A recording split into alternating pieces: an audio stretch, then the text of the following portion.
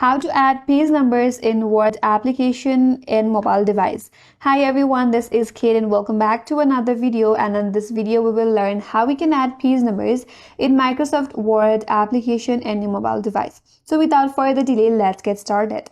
First of all, open up your document in Microsoft Word application. After you open it up, you are now on the view mode. Now to get into the editing mode, tap on the edit option from the menu bar at the bottom of this interface. But before that, as you can see, if I go towards the print layout, I don't have a page numbers in my document. Now to add page numbers, tap on the edit option from this menu bar at the bottom of this interface. So once you're under the editing page or editing mode, tap on this drop down icon from here. Then tap on this home option. Once you're here, tap on the insert. Under insert, scroll down a bit. There you have an option to add page number. Simply tap on page number. After that, you have to select the style where you want to add the page number into your document. For example, I will go with the second last.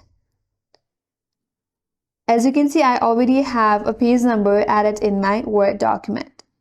Again, tap on the page number. If you want a different page number format, tap on the page number format, and here you can also add different format as well. But for now, I will just continue with 1, 2, and 3.